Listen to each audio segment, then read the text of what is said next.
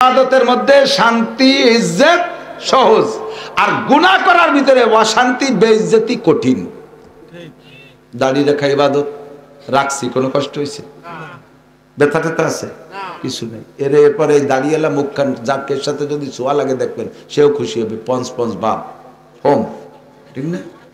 আর দাড়ি চাষার পরে একদিন পরে একটু একটু আগা বেরিয়ে, সেই আগা বেরিয়ে দাড়িওয়ালা মুখ দিয়ে যদি কেন ঘষা দেয় সিরিজ কাগজের মতো চামড়া শুনি উঠেছিল,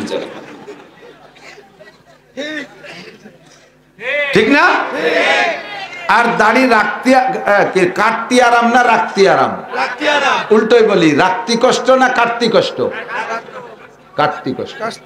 রাখছি তো রাহা হয়ে গেছে, কাটার সময় ব্লেড দিয়ে চাষে পুরে যত ভালো ব্লেড হোক ব্যথা একটু করেই করে, ঠিক না? আর যদি সেলুনি যে আপনি শেষলা পাল্টি টাকা দেওয়ার অভ্যাস না থাকে, সেলুন এলা আপনার অত ভালো ব্লেড দিয়ে চাষবে না। ব্লেড একখান দিয়ে খরাত খরাত শব্দ আছে, কি ছাগল চলিস না কি পরে টাকা দোকানে 10টা বার নতুন ব্লেড না রাখো। এই ব্লেড কোন ব্লেড জানেন? আগে 3 জনের মুখ চাপ করছে, পরে 6-7 জনের বগল চাপ করে তাই ধরছে ওর মুখ চাপ, সে ব্লেডে হালকাটা হয়ে গেছে, খরাত খরাত করতেছে। শীত করে যখন গলায় এই জায়গা কাটে, আমি তো চিন্তা করি যে শালা নাপিত আবার মারিয়ে না দেয়, তাই তো কুরবানির জন্য চান ওঠার আগে কত ঝুঁকি কত রিস্ক। গুনাহ করাতে কষ্ট, বেইজ্জতি অশান্তি, ঠিক না?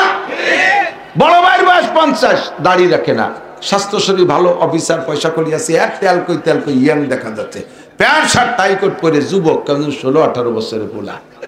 আর ছোট ভাইয়ের বয়স 25, দাড়ি রেখে দাফাই গেছে দাড়ি তিনি। এই 2 ভাই একসাথে গোপালগঞ্জ যাইয়েন কাপড়ের দোকানে, টুল একখান বিড়ি লেগে গেছে, দোকানদার কার সাথে কি আচরণ করবে? বড় ভাইরে তো ইয়াং দেখা যাচ্ছে, 50 বছর বয়স, তার এই ছেলেরা নামি দাঁড়াও। ছোট ভাইয়ের বয়স 25, দাঁড়িয়ে এলাকা, কাকা আপনি চেয়ারে বসেন। আমি কি মিথ্যে কথা কইছি? নগদে চোখের সামনে বেইজ্জতের ইজ্জতি কিসের ভিতরে? সুন্নতের আমলের মধ্যে ইজ্জত, সুন্নত তরকের মধ্যে বেইজ্জত, ঠিক না? 16 বছরের একটা মহিলা বোরকা পরে 100% পর্দার সাথে দোকানে যাবে, আর একটা 40 বছরের মহিলা জিন্সের প্যান্ট পরে টাইটুই পরে মহিলা বব কাটিং চুল কাটিয়ে পুরুষের বাপ ধরে যাবে। দেখবেন কারে চেয়ারে বসতে দেয়।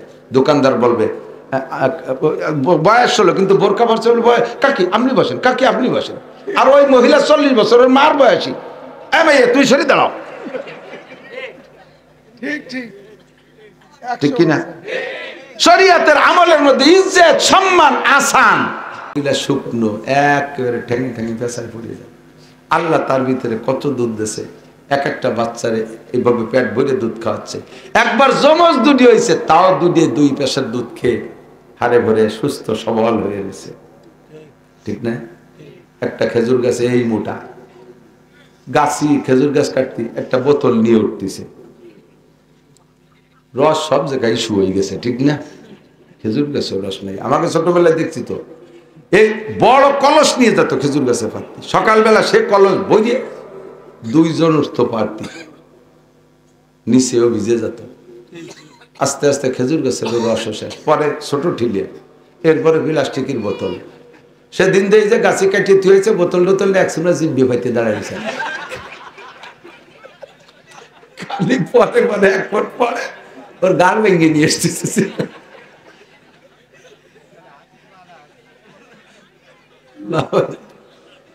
সব নিয়ামত শেষ, কলস পাতার আর দিন নাই। তো চিকুন শুকনো খেজুর গাছে বড় এক কলস নিয়ে উঠতেছে। কি ব্যাপার? সকালে এসে দেশ কেনে দেয় যে শক্তি, কলস বই দিয়ে গাছ ভিজে গেছে, আর এত বড় মোটা গাছ একটা বোতল নিয়ে উঠতেছে। কি আরে গাছ কত বড় গাছ, ওই তাই হয় না না হয় দেশ। সকালে দেয় যে 2-3 ফুট পর ছিল, তা বোতলে চুটি খাই ফেলেছে। গাছ মোটা হলি রস হয় না। বহুত মোটা মোটা কাতালি মহিলা 1.5 ভাত খাতে পারে, 1 ফুট দুধ হয় না। আর শূন্য মহিলা কোনো মতে কচু গেছু খায়, 2-2 বাচ্চা জোড়া জোড়া খাইয়ে টেপা হয়ে যাচ্ছে, ঠিক না? তাহলে দুধ কি তোমার কারামতি না আল্লাহর নিয়ামত? আল্লাহ প্রদত্ত নিয়ামত, ঠিক না? এই দুধ খাওয়ানোর সময় তুমি আল্লাহর নিয়ামত মনে করে, দুধের বাচ্চা তো বিসমিল্লাহ কইতে পারে না, স্তনে মুখ লাগাই দিয়ে কাপড় দিয়ে ঢেকে রাখবা। অন্য পুরুষের সামনে তোমার স্তন খোলা অবস্থায়, এমনকি নিজের সাবালেক ছেলের সামনে যদি মা স্তন খোলা অবস্থায় দুধ পান করায়, তাহলে কোলের বাচ্চাটা বেহায়া হয়ে যায়। কারণ মা বেহায়া অবস্থায় দুধ খাইছে না, পরের বাচ্চাগুলো বেহায়া বেশরম হয়ে যায়, লজ্জা শরম কিচ্ছু থাকে না। ছেলে সাবালেক হয়ে গেলে, মেয়ে সাবালিকা হয়ে গেলে, তার সামনে দুধের বাচ্চাকে মা স্তন পান করাবে, দুধ পান করাবে, কাপড় দিয়ে মাথাটাকে ডাইকে বিসমিল্লাহকে বুকের সাথে মুখ লাগাই দেবে। খাওয়া যখন শেষ হয়ে যাবে বাচ্চা মুখ সরাবে, মায়ের মুখে আলহামদুলিল্লাহ পড়বেন। প্রত্যেক এক এক ফুটা না, ওই দুধরে জাররা বানাইলে এক এক, এই জাররা হইলে কত জাররা হইতো, অর্থাৎ একটা বালু কণা পরিমাণ, এত সংখ্যা পরিমাণ নেকি আল্লাহ পাক তোমাকে দান করবে। বাচ্চারে দুধ খাওয়াইবা, ইবাদত হয়ে যাবে। বাচ্চারে দুধ খাওয়াইবে, ইবাদত হবে। স্বামী স্ত্রী আনন্দ করবা, শরীয়ত সম্মতভাবে আনন্দ করবা। তোমার শুরু থেকে শেষ পর্যন্ত ইবাদত। রাতের বেলা বাচ্চাদেরকে ঘুমাই দিয়া স্বামী স্ত্রী যখন নির্জন কক্ষে যাবে, তখন দুইজনের দিকে তাকাইবে। আল্লাহর পক্ষ থেকে দুইজনের ভিতরে আভ্যন্তরীণ পরিবর্তন ঘটায় দেবে। একে অপরের দিকে তাকায় মুস্কি মুস্কি হাসে, একে অপরের দিকে তাকায় তাকায় মুস্কি মুস্কি হাসে। সর্বপ্রথম সাক্ষাৎ হবে স্বামী স্ত্রী হাতে হাতে মুসাফা। দুইজনে মুসাফা করে জাকি দিলে এই দুইজনের হাতের থেকে সব সগীরা গুনাহ ঝরে পড়ে যায়। স্বামী স্ত্রী আনন্দ, সে জায়গায় দেখেন গুনাহ মাফ হয়ে যাচ্ছে। শালীর হাত ধরে জাকি দিলি কবিরা গুনাহ ঝরে যায়, বাবির হাত ধরে জাকি দিলি কবিরা গুনাহ ঝরে, গাছ ফেলে যে ফ্রেন্ডের হাত ধরলি কবিরা গুনাহ, জুতোর বাড়িতে চল খুলি বেলায় তো বাড়িয়ে ফেরেশতা। শয়তান হাত ধরার আর জায়গা পালি না। স্ত্রী স্বামী স্ত্রী দুইজনে হাত ধরে মুসাফায় জাকি দিলে হাতের থেকে সগীরা গুনাহ ঝরে যায়। বলেন না সুবহানাল্লাহ। এরপরে দুইজন মুআনাকা বুকের সাথে কুলাকুলি করবেন। লজ্জা শরমের কি আছে শিখাই দেই দোস্ত। কুলাকুলি হলো নানান জায়গা, যে জায়গা মতো কুলাকুলি করো না বলে তো জুতো মারামারি হলো। কয়েকদিন পর তালাক দিয়ে তারপরে হুজুরকে ফসে ফসে দৌড়াই বেড়াও, হুজুর বউ তালাক দিচ্ছেন, ফিরিয়ে আনার কি ব্যবস্থা? ফিরিয়ে আনার ব্যবস্থা তোরে বাড়ি উঠতে হবে, জোড়া বাড়ি। তালাক দেওয়ার সময় ওসব চায় না, আগে তালাক দিছিলাম, তার খুশির সময় দিলি না কেন? রাগ হয়ে তালাক দিছিলাম, তাকে রাগ হয়ে দিলি কা? খুশির সময় দিলি না কেন? তা খুশির সময় তালাক দেয় নাকি? তা খুশির সময় দেয় না, রাগ হয়ে দিলি হয় না, তা তালাক হয় কবে? আর ভাইয়ে ফেলাই দেওয়ানি বোদ্দারে গেলি, ও তালাক হয়ে গেছে। সুন্নতের পর আমল করো না। স্বামী স্ত্রী দুইজন নির্জনে যে যখন কুলাকুলি করবা, আল্লাহ পাক দায়িত্বশীল ফেরেশতাদেরকে বলে ওই দুধের নূরের পর্দা দিয়ে ঘিরে দে, দুধের পর্দা দিয়ে ঘিরে দিয়ে তোর আর একদিক ফিরে থাকবি। ফজর পর্যন্ত যা করে ওদেরকে ফিরেও তাকাবি না। দুইজনের আমল নামায় খালি রাত ভর নফল নামাজ লেখবি। স্বামী স্ত্রী আনন্দ করবেন, রাত ভর নফল নামাজের নেকি পাবেন। মাতা কুমুর রসুল ইবাদত করতে তোমার জঙ্গলে চলে যেতে বলে না, ইবাদত করতে তোমার সরের পর যাইতে কয় না, পাহাড়ে চূড়ায় যাইতে বলে না। তোমার বউ নিয়ে আনন্দ করবা তাও ইবাদত, বাচ্চারে দুধ খাবা তাও ইবাদত, ইরিদান কাটবা তাও ইবাদত, এই ইংরেজি পড়বা তাও ইবাদত। পড়ার সময় নিয়ত রাখো, আল্লাহ আমি যদি ভালো ইংলিশম্যান হতে পারি তাহলে তবলিগ জামাতে ওলামায়ে কেরামের সাথী হয়ে আমি ইংল্যান্ডে যাব, ইংরেজদের দেশে দেশের ইংরেজদেরকে আমি তবলিগের দাওয়াত দেবো ইংরেজিতে। এই নিয়ত করে ইংরেজি পড়বা।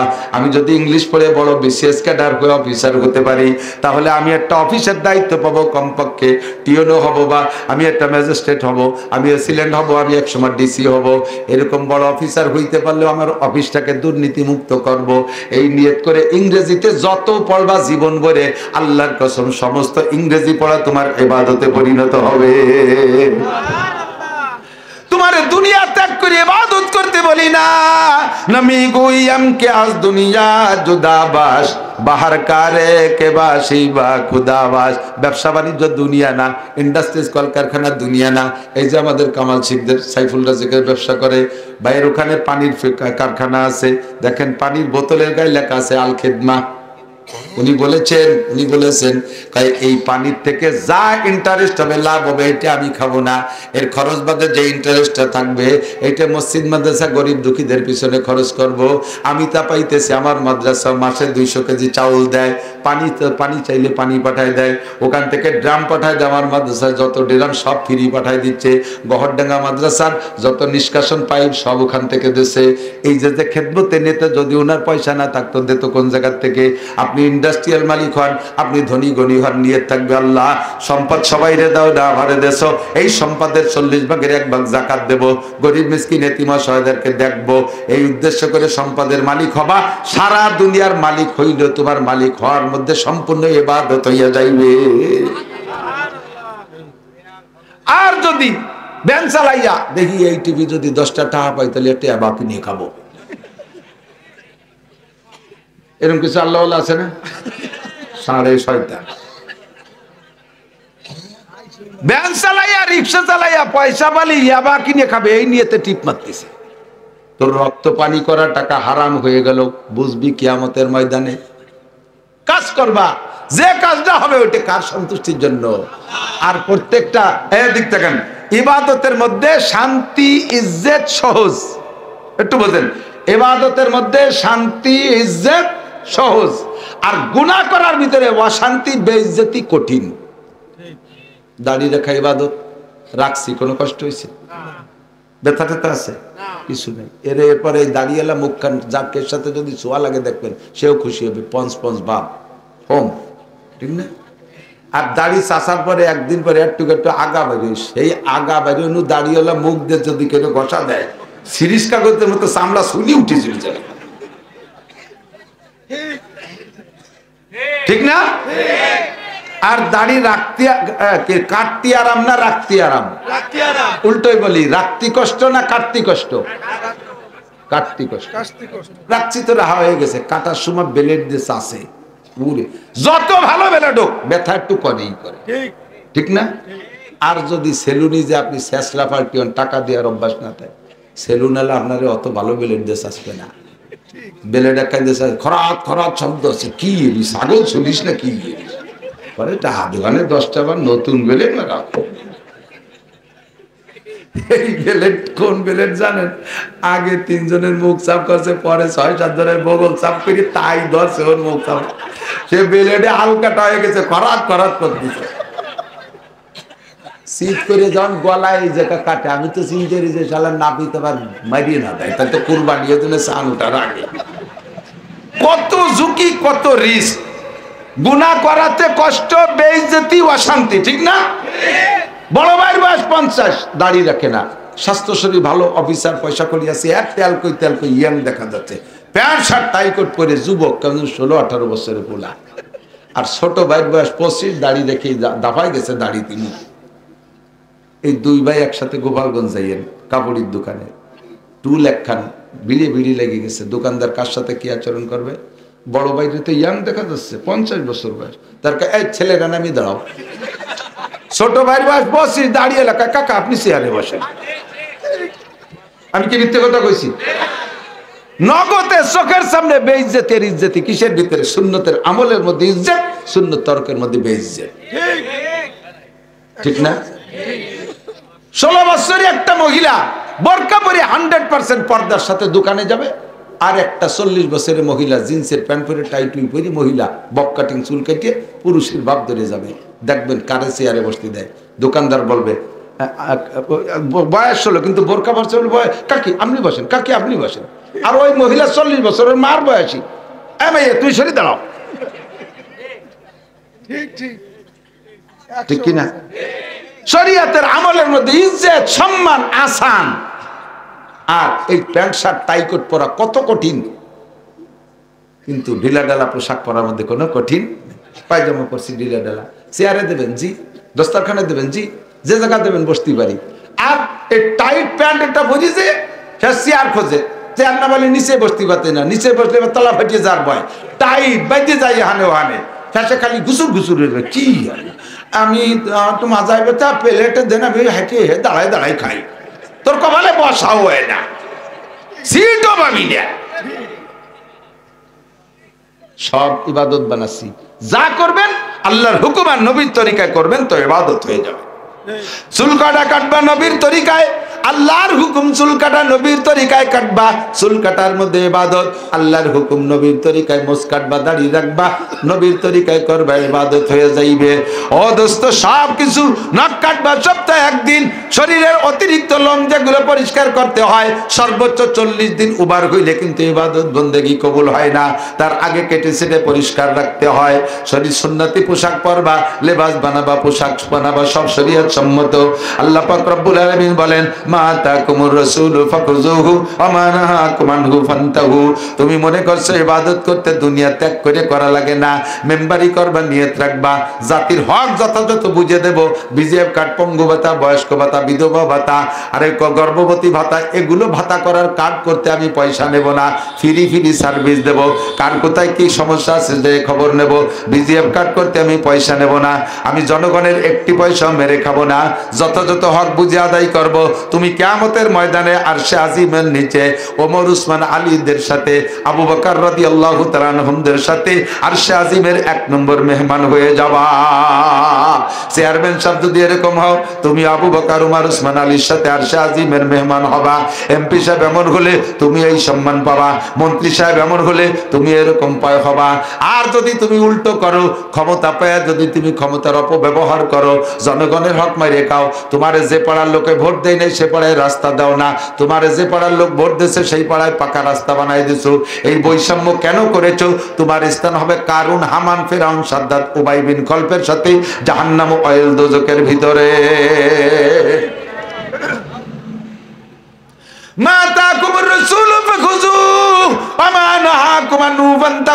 প্রত্যেকটা কাজ হবে আল্লাহর হুকুম, নবীর তরিকায়। বলেন কার হুকুম?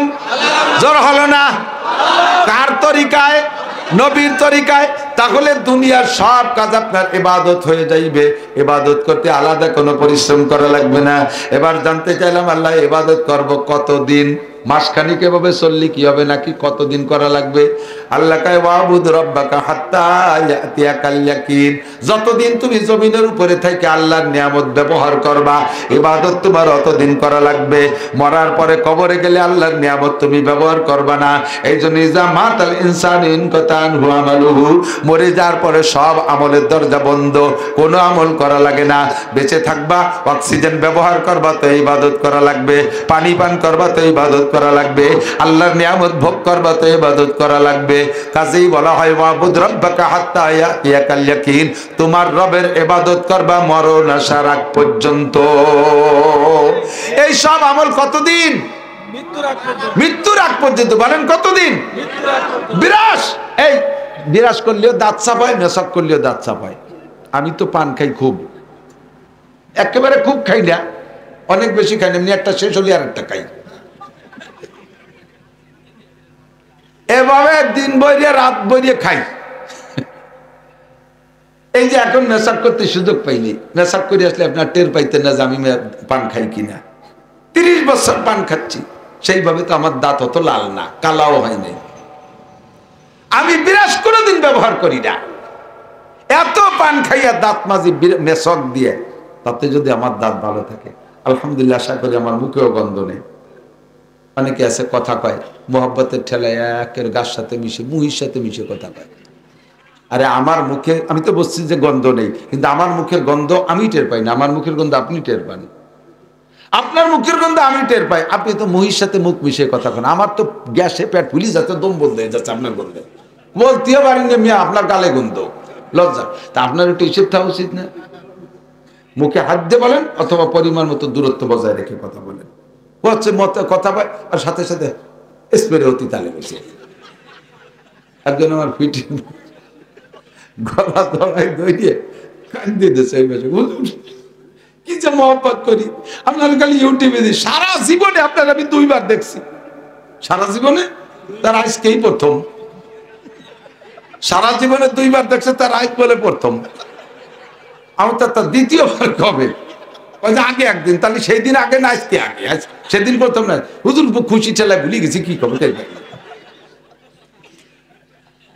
কোলাকুলি আমার জড়াই ধরে ওই বছর মুখ নিয়ে হাসি দিল না, কান্দি দিল আল্লাহ জানে, গালে ছিল পান, ফসফস করে স্প্রে আমার সাদা জামাটা আর পিছনে শেষ। মালানা লেখা চলছিল ওই ফেরিতে উঠে মার ফেরিতে উনি আসতে আসতে করে জামাইটা পাল্টান মায়া ধর্ম না চাই গেছে কাজ দেওয়ার লিখি দুইয়ে ফিরেন খুশি সামলাতে পারিনি। আপনার এই খুশির দরকার নেই। আপনি কথা বলবেন, ভালোবাসবেন, ঠিক আছে, গাছ সাথে মিশে বসেন না। হাঁটার সময় মোহাম্মতের ছেলে হাঁটতে হাঁটতে আমার রাস্তার নিচে দেওয়াটাই ও মাঝখান দেওয়াটা হেসেন না, এটা কিন্তু আদবের খেলাফ। হাঁটবেন আগে হাঁটেন নয় পিছিয়ে হাঁটেন, ঠেলাঠেলি করে হাঁটেন কেন, ঠেলাঠেলি করে হাঁটেন কেন? এই মোহাম্মত ভালো না।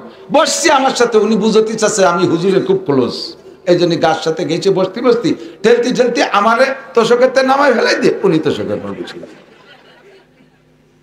এগুলো আদবের খেলাফ, খেয়াল রাখতে সব। ইসলাম যে কত সুন্দর, কত চমৎকার। এই যে সরকার করোনার সময় কইছে 2 হাত দূরে দিয়ে তুমি মুখ রেখে কথা বলতি, নবী আগেই বলছে, আরো আগে বলছে মাস্ক ব্যবহার করো। মাস্ক কি? মুখ রে বন্ধ করার। হুজুর বলছেন হাই তোলার সময় মুখে হাত রাখো, যাতে একজনের মুখের হাই গন্ধ আর একজনের নাকে না যায়। হুজুর বলছেন হাসি কাশি দেওয়ার সময় মুখে হাত রাখো, এর জীবাণু যার আর এক দিক চলে না যায়। হুজুর বলছেন মানুষের সাথে কথা বলার সময় পরিমাণ মতো দূরত্ব বজায় রাখো, যাতে একজনের মুখের গন্ধে আর একজনের কষ্ট না হয়। এই সব কাজগুলো এভাবে করলে কাজ হবে দুনিয়ার, অথচ সব ইবাদত, অথচ সব কতদিন? হাত্তাল মৌত, মরণকাল পর্যন্ত খেয়াল রাখতে হবে। এই মশালাটা একটু কয়ে যায় এই জায়গা। আজ থেকে দস্তারখান বিছে খানা খাওয়ার অভ্যাস করেন। দস্তারখান বিছে খানা খান, আপনার বরকত হবে, দুনিয়ার রিজিকের বরকত হবে, খাওয়াটা ইবাদতে পরিণত হবে। চেয়ার টেবিল পরিহার করেন। দাঁত মাজা বিরাজ দিয়ে বাদ দিয়ে মেশক করেন। যদি বিরাজ স্বাস্থ্যের জন্য প্রয়োজন মনে করেন, দাঁতের জন্য পেস্ট বিরাজ এদিনই একবার করলেন বা 2 বার করলেন, কিন্তু 5 ওয়াক্ত নামাজে আপনি মেশকটার অভ্যাস করেন, পকেটে একটা মেশক রাখার অভ্যাস করেন। কয়জনের পকেটে আছে? আপনার পকেটে মোবাইলই জায়গা পালে, এত বড় কম্পিউটার মোবাইল ফাঁসার এই পেস্টে গুজিয়ে থুয়ে দিচ্ছেন, মোবাইল জায়গা পাইলো পকেটে, সিগারেটের প্যাকেটে জায়গা পাইলো, আপনার পকেটের ভিতরে বিড়ি সিগারেট জায়গা পায়, গ্যাস লাইটের জায়গা পায়, একটু চিকুন একটা মেশাক আর এই অল্প একটু টিস্যু পেপার এ রাখা যায় না? একটু টিস্যু পেপার পকেটে মুড়ায় রাখা যায় না? অবশ্যই। পেশাবের ঢেলা ব্যবহার করলেন, শরীরটা পাক থাকলো। যদি পাক না রাখেন আপনার গায়েও গন্ধ হবে, কারণ পেশাব করার পরে হাঁটা দিয়েছেন, টাইট প্যান্ট পরা, হাঁটা পেশাব যেভাবে করছেন, হাঁটা দেওয়ার পরে 2-4 ফুট পড়লো। ডেলি যদি 5 বার পেশাব করেন, এইভাবে 2-4 ফুট পড়া পড়ে তো একই জায়গায় পড়ে, একবার বেজে একবার শুয়ে। এইভাবে মোটা প্যান্ট তো ডেলিও দই না, 6-7 দিন পরে একবার। তাহলে 6-7 দিন পর্যন্ত এক জায়গায় পেশাব পড়লি, সেই জায়গায় শুয়ে ভেজে অতিথি লাস্টে কি হয়? সুসমরা গন্ধ হয়ে যায় না? ওরে মসজিদে নিলে পিছনের মুসল্লি বমিয়ে দেবে। কে তুমি মুসলমান? মসজিদে গেলে এরম সুসমরা গন্ধ হবে কে? তুমি মুসলমান, তোমার গায়ে থাকতে হবে ঘ্রাণ, তোমার গায়ে হবে সুগন্ধি। বিলা ব্যবহার করবা, তুমি পকেটের ভিতরে টিস্যু ব্যবহার করবা।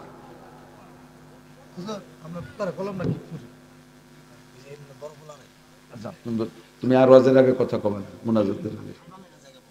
এই যে তোমার হাজার তুমি খাইয়ে পরে সকালের দিক দেওয়া হয়ে যাও।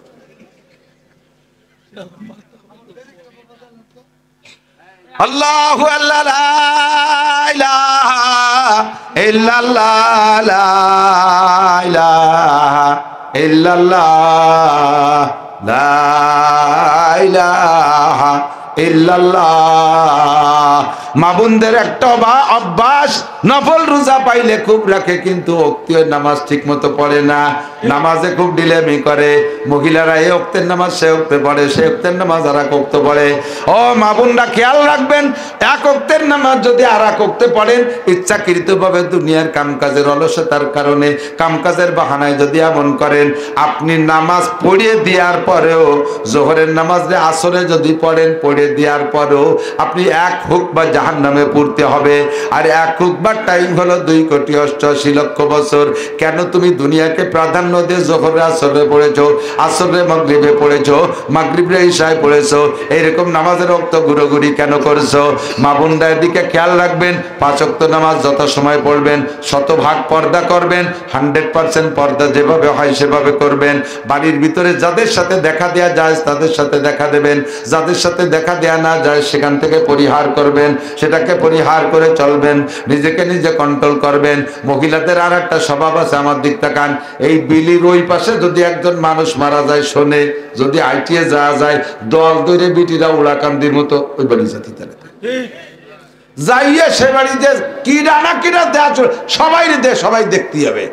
মরছে ওই বাড়ির এক বেটা, এই গ্রামের মহিলারা জাগ ধরে যে সেই বেটার মুখ দেখতে যায়, একটু দেহা মেবাইজান একটু দেহা, শেষবারে একটু দেহেরাই কিয়ামতের দিন যে চিনি না চিনি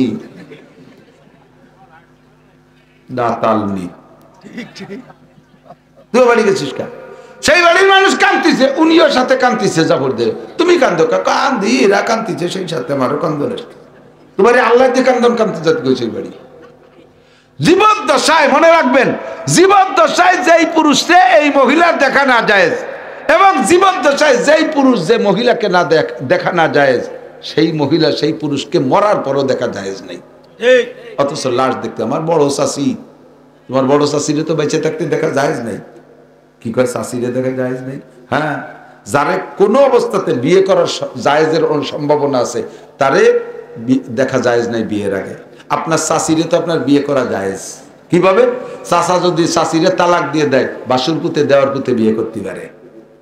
চাচা যদি মারা যায় তাহলে চাষিরে বিয়ে করতে পারে, মামা মারা গেলে মামিরে বিয়ে করতে পারে, মামা মামিরে তালাক দিলে বিয়ে করতে পারে। ভবিষ্যতে যেতে এই সুযোগ আছে, কাজেই তার আগে দেখাও না জায়েজ।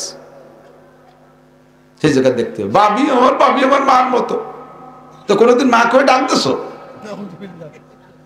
মার মতো মা না, মার মতো ঠিক আছে, মার লম্বা চুল ছিল, মার শরীরের গঠন যেমন ছিল বাবিরও তেমন, কিন্তু মার বাবি তো আসমান জমিন। বাবি মরার পরে দেখা যাবে না, মামি মরার পরে দেখা যাবে না, চাষি মরার পরে দেখা যাবে না, মাওই মরার পরে দেখা যাবে না। যাদেরকে জীবিত অবস্থায় দেখা না যায়, মরার পরও তাদের দেখা না যায়। এই জায়গা আমরা বড় ধরনের অন্যায় করে ফেলি, বড় ধরনের অন্যায় করে ফেলি। আল্লাহ তাআলা হেফাজত করুক, সবাই বলেন আমিন। ইবাদত করলে লাভ কি? আর বলতে পারতেছেন ইবাদত করলে লাভ কি? আল্লাহ পাক বলেন ফালিয়াবুদু রাব্বা হাযাল বাইত, অবশ্যই কাজে কাজে ইবাদত করে এই ঘরের রবের, এই ঘর মসজিদ, এই না মসজিদই যে না, এই ঘরের রবের ইবাদত করো। কেন করব? কয় কেন করব না? এই ঘরের রবের ইবাদত কেন করব? এদিক তাকান, এই ঘরের রবের ইবাদত কেন করব? যদি বলে কেন করব, তাহলে জবাব দেব কেন করব না। আমালিয়া, আমার কি হয়েছে? লা আবুদুল্লাযী ফাতারানি, যে আল্লাহ তাআলা আমাকে সৃষ্টি করেছে, ওয়া ইলাইহি তুরজাউন, আবার তার কাছে যেতে হবে। কাজে তার ইবাদত আমি কেন করব না? খাওয়ায় আমারে সে, পড়ায় আমারে সে, বাঁচায় আমারে সে, কাজে ইবাদত পাবে কে? আল্লাহ। ইবাদত পাবে কে? আল্লাহ।